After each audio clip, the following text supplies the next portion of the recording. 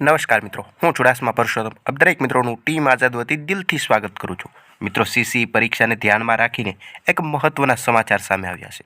જ્યાં મિત્રો senior clerk, junior clerk, head clerk તથા તમામ 22 કેડરની જે ભરતી બહાર પાડવામાં આવેલી છે, જેમના ફોર્મ ભરાવાની હાલ પ્રક્રિયા ચાલુ છે અને આવતીકાલ એટલે કે 31 જાન્યુઆરી છે તે છેલ્લો દિવસ છે. તો માટે જે ઉમેદવાર મિત્રો ફોર્મ ભરવા માગતા હોય તે કાલ સુધીમાં ફોર્મ ભરી દે. અને વાત કરીએ આમની પરીક્ષા ક્યારે આવશે તેમના વિશેની, તો પરીક્ષા છે તે એપ્રિલ મહિનાની અંદર લેવામાં આવશે.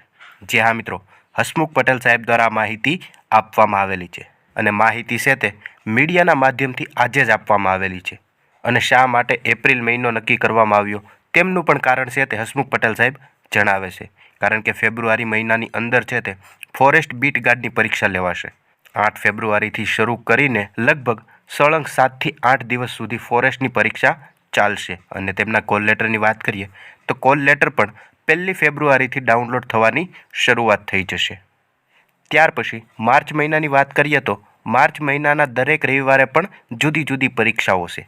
તેમને ધ્યાનમાં રાખીને એપ્રિલ માસની અંદર મતલબ કે એપ્રિલ મહિનાની અંદર સીસીની પરીક્ષા લેવામાં આવશે તેવી માહિતી છે તે હસમુખ પટેલ સાહેબે મીડિયાના માધ્યમથી આપેલી છે, જે તમે આ હવે પછીના વિડીયોની અંદર જોઈ શકો છો.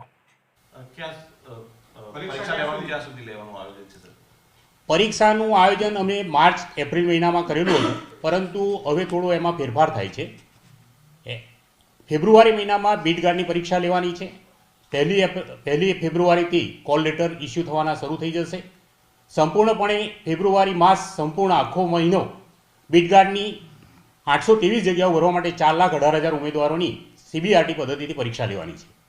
ત્યાર પછી માર્ચ માસમાં પણ એક પરીક્ષાઓનું આયોજન થયેલું છે.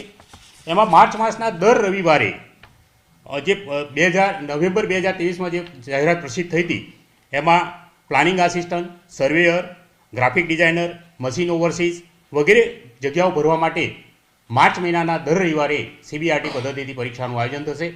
અને એપ્રિલ મહિનાના શરૂઆતથી જ આ જે સંયુક્ત પરીક્ષા છે જે ક્લર્ક લેવલની એની ગ્રુપ A અને ગ્રુપ Bની પરીક્ષાઓનું CBRT પદ્ધતિથી પરીક્ષા લેવાનું આયોજન કરવામાં આવેલ છે.